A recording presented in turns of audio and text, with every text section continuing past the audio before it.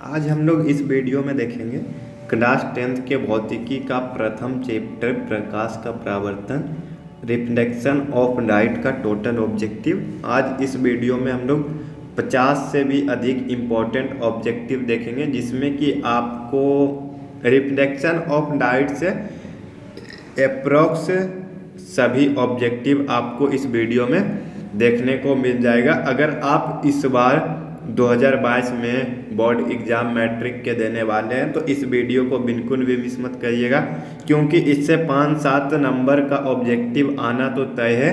क्योंकि फिजिक्स में सबसे ज़्यादा ऑब्जेक्टिव प्रकाश का परावर्तन से ही आता है। तो चलिए एक एक करके देखते हैं। लेकिन अगर आपने अभी तक हमारे चैनल को सब्सक्राइब नहीं किया है तो चैनल को सब्सक्राइब करके बेल नोटिफिकेशन को प्रेस कर दे। तो देखते हैं नंबर 1, गोलीय दर्पण के परावर्तन पृष्ठ की वृत्ताकार सीमा रेखा का व्यास कहलाता है वक्रता त्रिज्या। दंत विशेषज्ञ किस दर्पण का उपयोग मरीज के दांतों का बड़ा प्रतिबिंब देखने के लिए करता है? तो अवतल दर्पण, क्योंकि अवतल दर्पण में बड़ा प्रतिबिंब बना सकते हैं, बहुत बड़ा प्रतिबिंब भी बना सकते हैं। समतल में बड़ा नहीं बनता है, ना ही छोटा बनता है। यदि किसी बिंब का प्रतिबिंब का आवर्धन ऋणात्मक है तो उस प्रतिबिंब की प्रकृति क्या होगी? अगर ऋणात्मक है तो वास्तविक और उल्टा। ठीक है।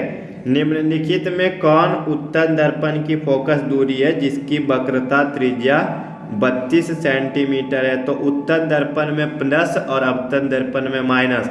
तो देखिए फोकस दूरी जो होता है वो त्रिज्या की आधी होती है, तो 32 की आधा 16 और उत्तल दर्पण है तो प्लस 16 सेंटीमीटर।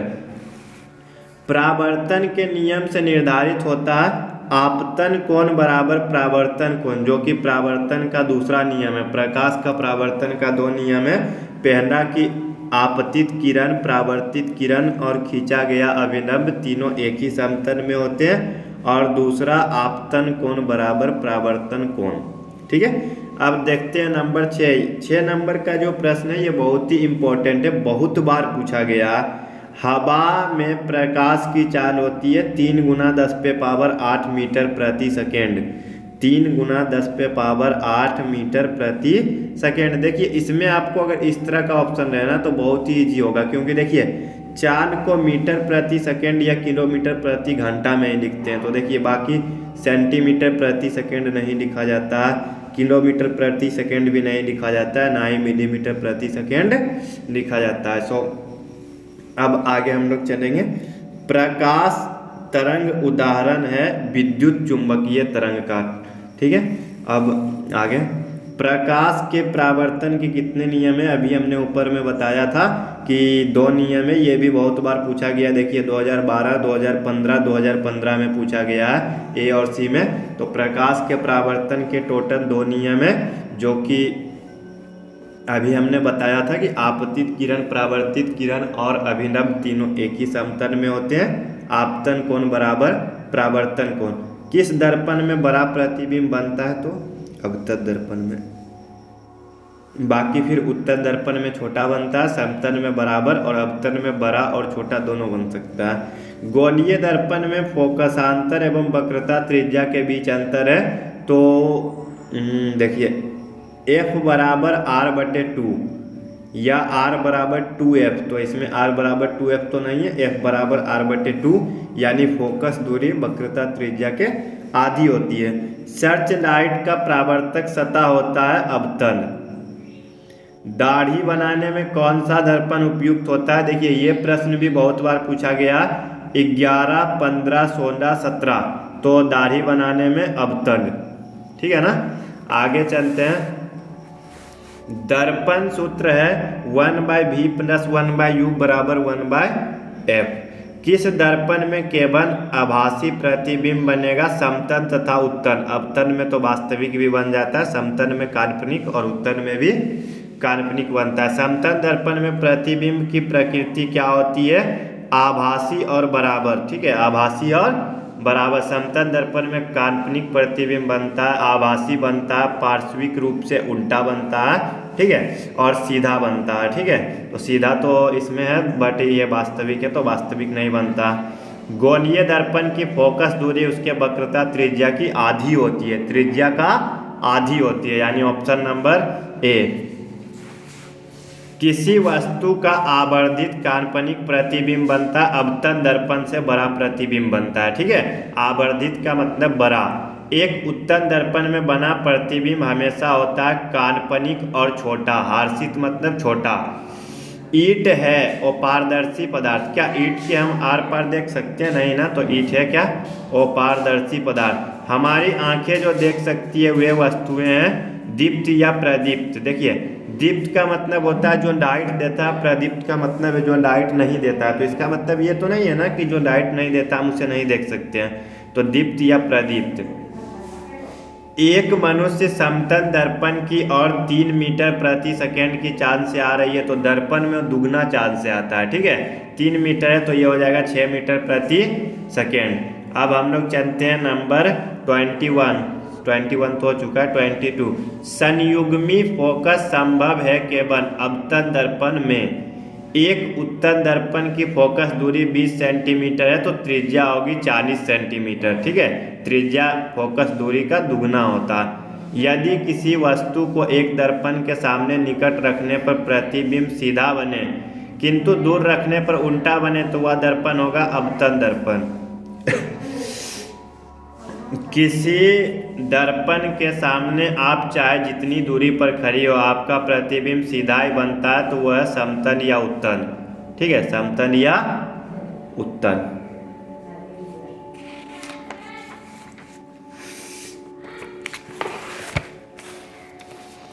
प्रश्न संख्या 26 में देखिए, यदि किसी वस्तु को एक दर्पण के सम्मुख किसी भी दूरी से रखने पर उस वस्तु का सदैव सीधा और छोटा बनता है, तो वह सीधा और छोटा बनता है उत्तल दर्पण में। उत्तल दर्पण से प्रतिबिंब सदैव बनता है ध्रुव तथा फोकस के बीच। किसी वस्तु को हम तभी देख पाते हैं जब वह वस्तु प्रकाश को परावर्तित करे। प्रकाश एक ऊर्जा तरंग है, ठीक है। प्रकाश एक क्या है? ऊर्जा, सॉरी ऊर्जा तरंग नहीं है, प्रकाश एक क्या? ऊर्जा। अवतल दर्पण के फोकस से चलती किरणें परावर्तन के बाद प्रधान अक्ष के समानांतर हो जाती है। क्या समतल दर्पण में बने प्रतिबिंब को पर्दे पर उतारा जा सकता है? नहीं, क्योंकि यह काल्पनिक प्रतिबिंब है। समतल दर्पण में जो प्रतिबिंब बनता है वो क्या बनता है? काल्पनिक बनता है, तो इसका हो जाएगा नहीं। प्रकाश की एक किरण किसी समतल दर्पण पर 60 डिग्री का कोण बनाते हुए टकराती है तो उसका परावर्तन कोण क्या होगा? देखिए ये हमारा एक दर्पण है, ये आया ये गया, यहाँ होता है ये 60 डिग्री से आ रहा है तो इसका आपतन कोण हो जाएगा 30, तो आपतन कोण 30 तो परावर्तन कोण भी क्या होगा? 30। समतल दर्पण से किसी वस्तु का प्रतिबिंब आभासी बनता है, बड़ा बनता है, ठीक, सॉरी आभासी बनता है और बराबर बनता है, तो यहाँ सिर्फ आभासी है। किसी वस्तु का अवतल दर्पण द्वारा प्रतिबिंब आभासी, सीधा तथा वस्तु से बड़ा पाया तो वस्तु की स्थिति होनी चाहिए ध्रुव और फोकस के बीच में, ठीक है, ध्रुव और फोकस के बीच। निम्नलिखित में किस दर्पण द्वारा किसी वस्तु का वास्तविक प्रतिबिंब मिल सकता है? अवतल दर्पण द्वारा, ठीक है। बाकी समतल और उत्तल में तो काल्पनिक ही बनता है। उत्तल दर्पण द्वारा बना प्रतिबिंब होता है हमेशा सीधा। 1 मिनट ऊपर करने दीजिए, किधर था? जिन पदार्थों से होकर प्रकाश पूर्ण रूप से गमन निकल जाता है उसे कहते हैं पारदर्शी पदार्थ। एक गोलीय दर्पण द्वारा बने प्रतिबिंब का आवर्धन ऋणात्मक हो तो प्रतिबिंब होता है उल्टा, ठीक है। अगर ऋणात्मक हो तो उल्टा, धनात्मक हो तो सीधा। प्रकाश किस सतह से टकराकर अपने माध्यम में लौटता है उसे कहते हैं परावर्तक सतह, ठीक है, यानी जो कि प्रकाश के परावर्तित कर दे। सोलर कुकर में व्यवहार किया जाता है अवतल दर्पण का, ठीक है। सर्च लाइट का परावर्तक सतह होता है अवतन। प्रकाश की किरणें गमन करती है सीधी रेखा में। आपतित किरण अभिलंब के जिस बिंदु पर जो कोण बनाती है कहलाता है आपतन कोण, और अगर परावर्तित किरण रहता है तो परावर्तन कोण। काल्पनिक प्रतिबिंब हमेशा सीधा होता है। समतल दर्पण में बने प्रतिबिंब का आवर्धन 1 के बराबर होता है। ठीक है, समतल दर्पण में जो बनता है वो क्या होता है 1 के बराबर, क्योंकि यह ना ही बड़ा बनता है ना ही छोटा। अगर बड़ा बनेगा तो 1 से अधिक और छोटा बनेगा तो 1 से कम। उत्तल दर्पण में परावर्तक सतह पर लंबवत गिरती किरणें फोकस पर अपसारित होती लगती है। गोलीय दर्पण में परावर्तन के नियम का पालन दर्पण की प्रकृति के अनुसार होता है। गोलीय दर्पण में दूरियों को सदा किसके सापेक्ष मानते हैं, ध्रुव के सापेक्ष। यानी गोलीय दर्पण में हम जितना भी दूरी को मापेंगे, चाहे वो वक्रता त्रिज्या हो, चाहे वो हमारा फोकस दूरी हो, चाहे वस्तु की दूरी हो, चाहे प्रतिबिंब की दूरी हो, सारे के दूरी को मानेंगे ध्रुव से नापेंगे। ठीक है, ध्रुव के। 1 मिनट ऊपर करने दीजिए, 48 तक हो चुका है ना। अनंत पर स्थित किसी बिंब का प्रतिबिंब अवतल दर्पण के फोकस पर बनता है तो उसका आवर्धन होगा 0। ठीक है, यानी वो बड़ा छोटा नहीं बनेगा। मोटर गाड़ी के चालक के सामने लगा रहता है उत्तल दर्पण। ठीक है, क्योंकि वो क्या बनाता है, छोटा प्रतिबिंब बनाता है। आप देखे होंगे ना, गाड़ी में आपका छोटा सा शीशा है लेकिन वो बड़े से बड़े ट्रक को छोटा करके हमारे दर्पण में उतार देता है, तो वो है उत्तल दर्पण।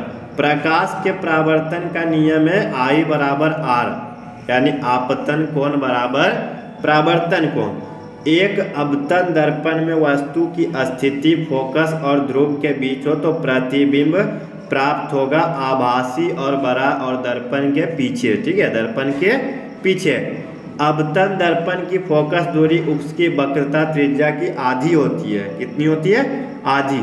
कहाँ पर स्थित होने से वस्तु का प्रतिबिंब अवतल दर्पण के फोकस पर बनता है, अनंत पर। जब हम अनंत से किसी वस्तु को लाएंगे ना, अनंत से किसी प्रकाश की किरण को लाएंगे तो उसका प्रतिबिंब बनेगा फोकस पर। निम्नलिखित में किसके द्वारा एक बिंदु स्रोत के से समांतर किरण पुंज मिल सकता है, अवतल दर्पण से। ठीक है, वस्तु से छोटा और आभासी प्रतिबिंब इनमें किन दर्पण से प्राप्त होता है, उत्तल दर्पण से।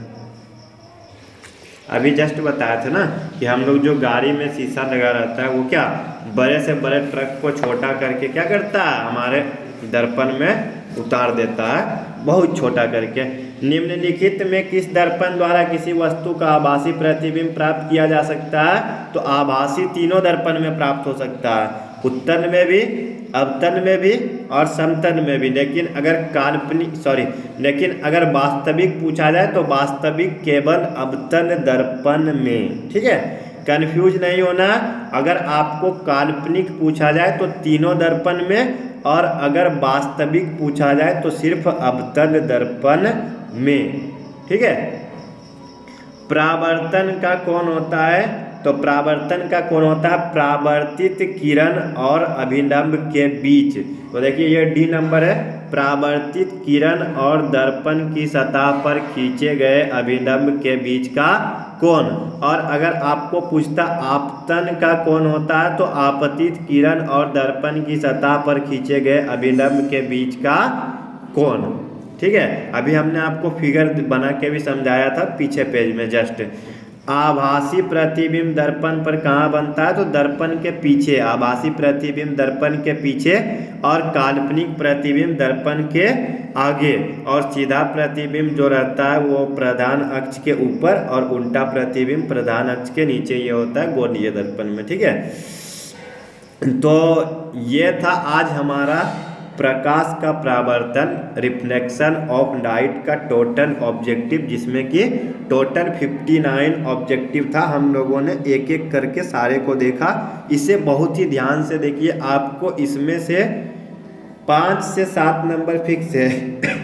और सबसे ज़्यादा देखिए जो आगे वाला जो ऑब्जेक्टिव था इधर वाला, ये हमेशा कोई ना कोई प्रश्न में पूछा गया है, जो कि बहुत ही अधिक इम्पोर्टेंट ऑब्जेक्टिव था। VVI बहुत अधिक था। तो आज के वीडियो के लिए इतना ही।